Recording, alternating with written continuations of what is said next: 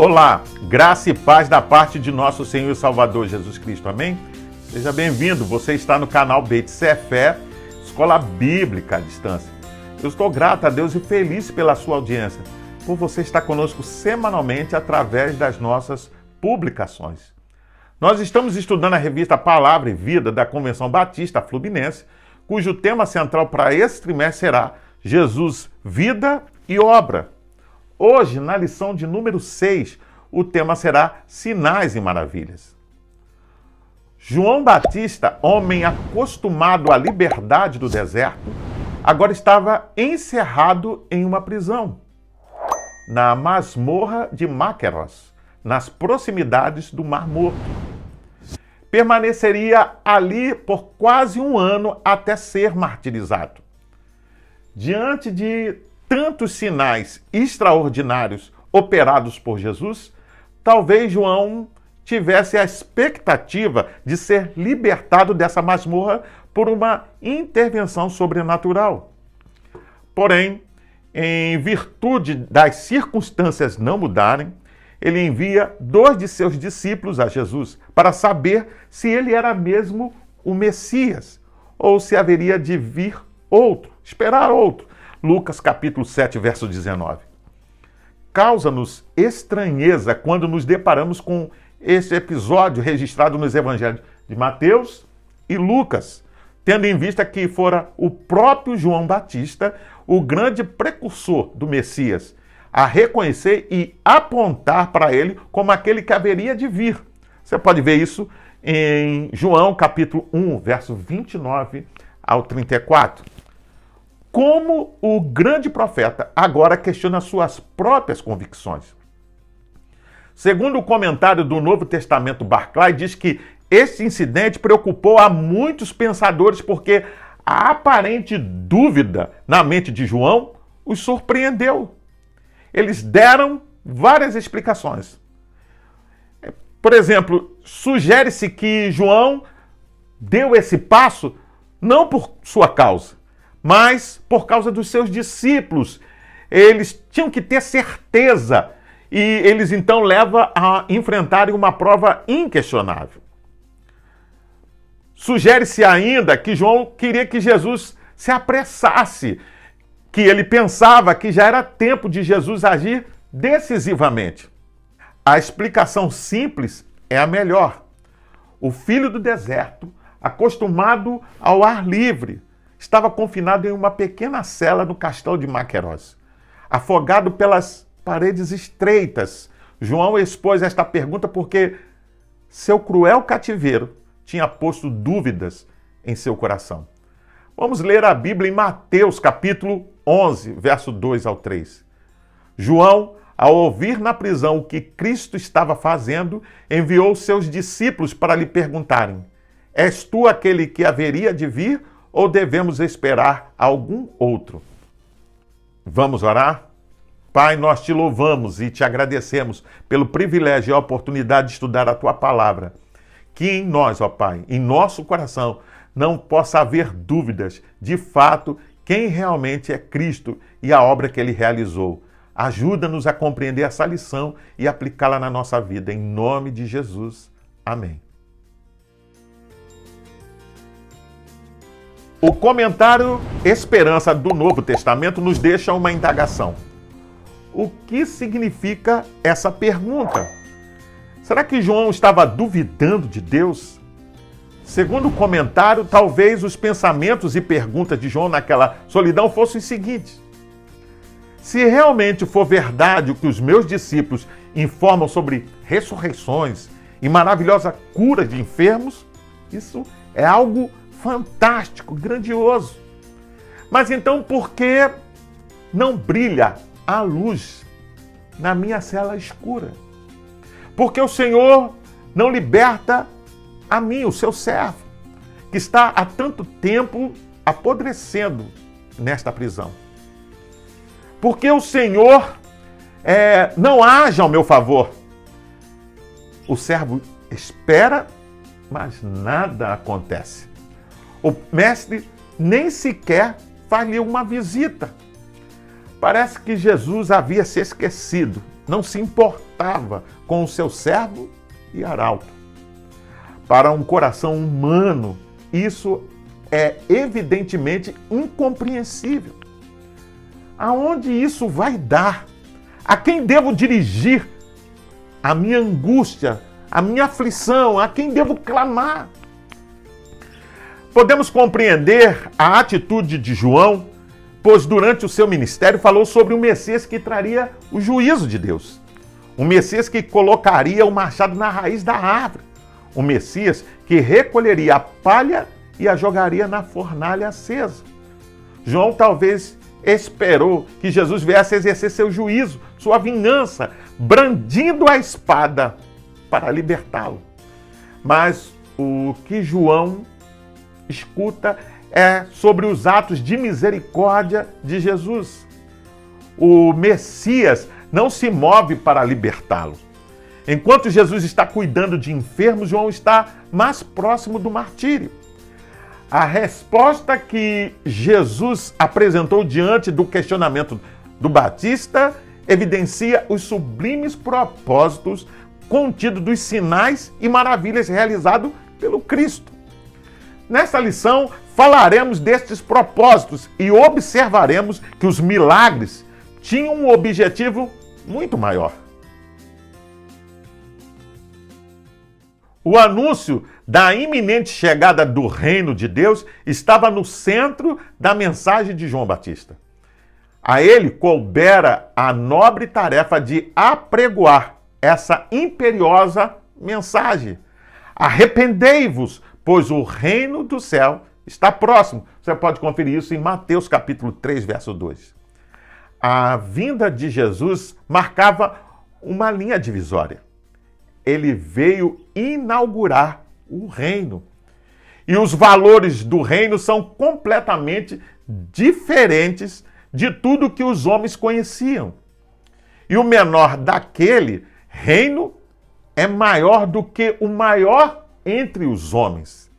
Conforme a avaliação feita por Jesus acerca de seu primo e arauto que lemos em Lucas capítulo 7, verso 28. Entre os nascidos de mulher não há outro maior que João. Contudo, João pertencia à era da promessa. O menor do reino é maior não por causa de quaisquer qualidades que venha a possuir, mas sim porque pertence ao tempo do cumprimento. Jesus não está subestimando a importância de João. Está colocando os cidadãos do reino na perspectiva apropriada. Antes de prosseguir, vamos ler a Bíblia em Lucas, capítulo 7, verso 21 ao 23. Naquele momento, Jesus curou muitos que tinham males, doenças graves e espíritos malignos, e concedeu visão a muitos que eram cegos. Então ele respondeu aos mensageiros: voltem e anuncia a João o que vocês viram e ouviram. Os cegos veem, os aleijados andam, os leprosos são purificados, os surdos ouvem, os mortos são ressuscitados e as boas novas são pregadas aos pobres. E feliz é aquele que não se escandaliza por minha causa. O comentário Esperança do Novo Testamento nos chama a atenção dizendo que a resposta do Senhor à pergunta dos discípulos de João é precedida pela observação do versículo 21, de que naquela hora Jesus curou muitas pessoas. Esta situação ocorreu diversas vezes na vida do Senhor. Antes que os mensageiros iniciassem o diálogo com Jesus, tornaram-se testemunhas de seus gloriosos milagres. O Senhor encorajou os emissários a noticiar a seu mestre o que viam e ouviam. A atitude de cura, a atividade que Jesus realizou ali, fazia parte da vocação de Jesus e constantemente acompanhava seus poderosos sermões. Os prodígios manifestavam poderes do mundo vindouro. O perdão dos pecados que as pessoas recebiam era para a comprovação de que Jesus era mais do que um grande profeta. Ele era aquele cuja vinda João Batista havia anunciado. Tudo isso devia servir para fortalecer a fé do servo de Deus aprisionado. Desta forma, os milagres de Jesus evidenciavam a chegada do reino, pois a mensagem transmitida por meio deles mostrava que o reino dos céus abre as portas para que os rejeitados sejam aceitos. Ninguém era mais discriminado na sociedade do que os cegos, os coxos, os leprosos e os surdos. Eles não tinham valor. Eram marginalizados pela sociedade. Eram como excesso de bagagem à beira da estrada. Mas a estes que a sociedade chamava de escória, Jesus valorizou, restaurou, curou e devolveu a dignidade. Jesus manda dizer a João que o reino que ele está implantando não tem os mesmos valores do reino deste mundo. No reino de nosso Senhor Jesus Cristo, a sepultura não tem força e a morte não tem mais a última palavra. O problema do homem não é o tipo de morte que enfrenta agora, mas o tipo de ressurreição que terá no futuro. Se Jesus é o nosso Senhor, então a morte não tem mais poder sobre nós. Seu aguilhão foi arrancado, a morte foi vencida. O ministério de Jesus não se limitava à cura do corpo, mas, sobretudo, à cura da alma. Não há nada mais inclusivo do que o Evangelho de nosso Senhor Jesus Cristo. Nosso mestre, por excelência, ensinava a todos quantos desejavam ouvir suas palavras. Curava e libertava de espíritos maus, tantos quantos se aproximassem dele, a fim de serem agraciados pela virtude que dele fluía.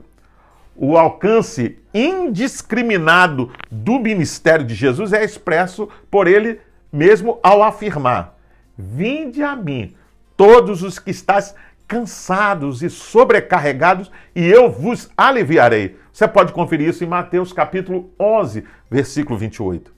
Contudo, a mensagem do Evangelho não é apenas inclusiva, mas também é principalmente transformadora.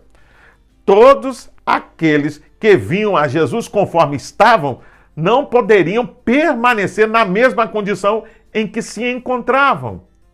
Vamos ler a Bíblia em Lucas, capítulo 17, verso 15 ao 19. Um deles, quando viu que estava curado, voltou, louvando a Deus em alta voz. Prostou-se aos pés de Jesus e lhe agradeceu. Este era samaritano. Jesus perguntou: não foram purificados todos os 10? Onde estão os outros 9? Não se achou nenhum que voltasse e desse louvor a Deus, a não ser este estrangeiro. Então ele lhe disse: levante-se e vá, a sua fé o salvou. O comentário bíblico Beckham diz que, ao invés de dar uma resposta categórica, Jesus mandou que os discípulos voltassem até João e lhe contassem o que tinham visto e ouvido. A cura dos cegos, coxos, era um cumprimento do papel messiânico, conforme descrito em Isaías capítulo 35, versos 5 e 6. Mas o clímax era a pregação do evangelho aos pobres, Isaías 61, verso 1. A versão em grego diz: os pobres estão sendo evangelizados.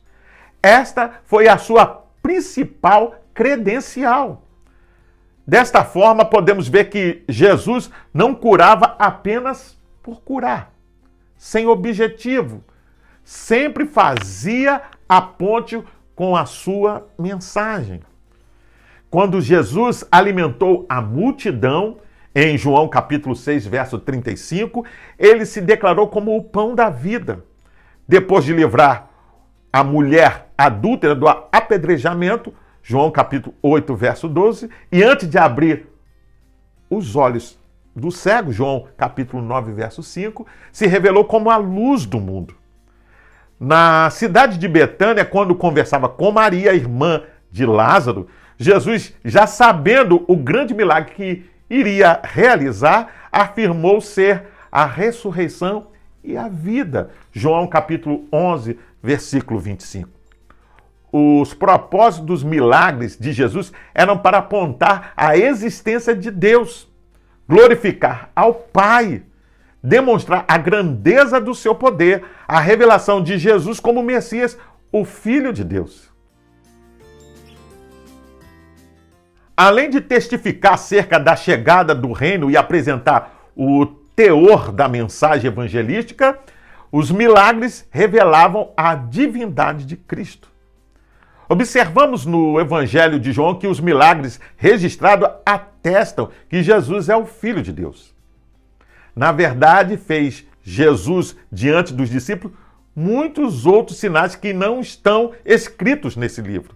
Estes, porém, foram registrados para que os creais que Jesus é o Cristo, o Filho de Deus, e para que, crendo, tenhais vida em seu nome. João capítulo 20, verso 31. A designação de Filho de Deus, ao contrário do que os arianos modernos afirmam, evidenciam a divindade de Cristo. Quem nele crê não é julgado. O que não crê já está julgado, porque não crê no nome do unigênito Filho de Deus. João capítulo 3, verso 18. O uso da expressão unigênito Filho de Deus é uma das formas pelas quais João apresenta Cristo como divino. Jesus apresentou sua divindade em diversas ocasiões. Podemos citar alguns desses eventos. No caso da tempestade acalmada, Mateus capítulo 8, verso 23 ao 27, Marcos 4, 35 ao 41 e ainda Lucas capítulo 8, versículo 22 a 25. Vemos que a pergunta dos discípulos era exatamente sobre a sua pessoa. Quem é este que até o vento e o mar lhe obedecem? Mateus capítulo 8, verso 27, Marcos 4, 41 e Lucas 8, 25. Embora nenhuma conclusão dos seus discípulos seja dada, a pergunta pode ser entendida como retórica, pois ficou evidente que entre os homens ninguém teria tal poder. Entretanto, quando Cristo anda sobre as águas, segundo o relato de Mateus, fica evidente que os seus discípulos o reconheceram como Deus. Verdadeiramente és Filho de Deus. Mateus capítulo 14, verso 33. Vamos ler a Bíblia em Mateus capítulo 9, verso 2 a 8. Alguns homens trouxeram-lhe um paralítico deitado numa cama. Vendo a fé que eles tinham, Jesus disse ao paralítico: tenha bom ânimo, filho, os seus pecados estão perdoados. Diante disso, alguns mestres da lei disseram a si mesmo: este homem está blasfemando. Conhecendo Jesus seus pensamentos, disse-lhes: por que vocês pensam maldosamente em seus corações? Que é mais fácil dizer: os seus pecados estão perdoados, ou levante-se e ande. Mas para que vocês saibam que o Filho do Homem tem na terra autoridade para perdoar pecados, disse ao paralítico: levante-se, pegue a sua maca e vá para casa. Ele se levantou e foi. Vendo isso, a multidão ficou cheia de temor e glorificou a Deus que dera tal autoridade aos homens. O comentário bíblico Beckham diz que a cura desse paralítico de Cafarnaum é a primeira história que coloca o divino poder de cura de Jesus em uma relação direta com o seu divino poder e autoridade para perdoar pecados. Segundo o comentário de John MacArthur do Novo Testamento, diz que, embora Jesus não fez nada para aliviar o confinamento e sofrimento físico de João, ele mandou de volta para ele a confirmação especial de que ele estava, na verdade, fazendo obras messiânicas, como havia profetizado Isaías. Jesus disse com efeito: este, João, é apenas uma prévia, um gosto, uma imagem do reino vindouro. E que eu tenho poder sobre todas as coisas. No texto que acabamos de ler, vemos que Jesus demonstrou possuir soberania divina, ou seja, a autoridade exclusiva de Deus no fato de que ele podia perdoar pecados. Quando se trata de pecado no sentido mais geral, porém, meros homens não têm autoridade para perdoar. Pecados são ofensas contra Deus e só Deus pode perdoá-lo. O Antigo Testamento deixou claro esse fato. Contigo, porém, está o perdão para que te temam. Salmo 130, verso 4. Deus disse, eu mesmo sou o que apago as tuas transgressões por amor de mim, e não me lembro dos teus pecados. Você pode conferir isso em Isaías capítulo 43, verso 25. Daniel disse, ao Senhor nosso Deus pertence a misericórdia e o perdão, pois nos temos rebelado contra ele. Daniel capítulo 9, verso 9. Por fim, na relação de Cristo com o sobrenatural, vemos os espíritos malignos reconhecendo a natureza divina de Jesus. Os demônios na cidade dos Gesarenos clamaram em alta voz, que tenho eu contigo, Jesus, Filho do Deus Altíssimo. Você pode conferir isso lendo Lucas capítulo 8, verso 28. Certamente que as forças das trevas já conheciam a real natureza de Jesus Cristo, ao contrário dos homens que ainda estavam descobrindo. Por fim, a prisão fez com que o grande João Batista questionasse suas próprias convicções. Como temos enfrentado as circunstâncias desfavoráveis da nossa vida? As dificuldades têm enfraquecido ou fortalecido nossa fé? O comentário Esperança do Novo Testamento nos mostra que, tal qual os homens da velha aliança falavam com Deus e eram fiéis demais para negá-los, abalados demais com a situação, revelavam o seu coração, que sangrava e gritava. Veja, João fez o mesmo. Por não quererem largar a Deus, têm o direito de se mostrarem como eles são. Como, sabe, o que eles de fato sentem, abrir o coração. Porque na sua aflição, veja bem, por mais que eles passem, eles não se voltam para qualquer outra pessoa, mas eles se voltam para Deus. Eles não se tornam renegados, descrentes, desesperados, porém fizeram tudo o que podiam. Eles não se voltaram amedrontados para o mundo, mas falaram com Deus, sendo salvos por meio desse grito e desse lamento dirigidos a ele. Retornando para João, aconteceu também com o Batista. Diante de todo o povo, o grande arauto fala com o seu rei. Jesus Cristo veio inaugurar o reino de Deus. Os valores desse reino são muito diferentes daqueles defendidos pela sociedade. Assim como o Senhor apresentou esses valores ao longo do seu ministério, somos desafiados a fazer o mesmo em nosso dia a dia. Podemos concluir que os milagres realizados por Cristo apontavam para a revelação de sua natureza divina, bem como para a realidade do reino dos céus e a natureza de sua mensagem transformadora. Não podemos ter dúvidas acerca destas coisas, pois delas fomos chamados para darmos testemunho. Eu convido você a fazer a leitura diária que vai de segunda até domingo, onde você vai encontrar diversos textos que vão te ajudar a entender e a compreender melhor essa lição. Você também pode baixar a revista Palavra e Vida da Convenção Batista Fluminense. Basta acessar o link que vai estar na descrição desse vídeo. Você entra, se cadastra e baixa para o seu tablet, celular ou computador e não só vai poder rever essa lição, mas acompanhar futuras lições. Pois bem, eu sou o pastor Carlos Guerra e você está no canal Beit Sefer, Escola Bíblica à Distância. Hoje nós estudamos a lição de número 6 e o tema foi Sinais e Maravilhas.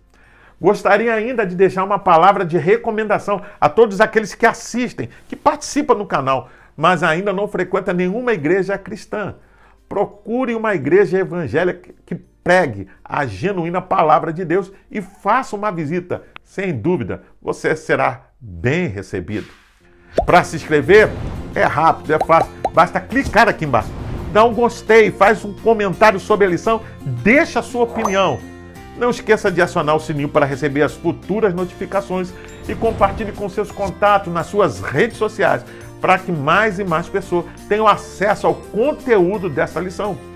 Você também pode ouvir essa lição acessando o seu podcast preferido. Até o próximo encontro. Nos vemos em breve. Fique na paz. Deus te abençoe.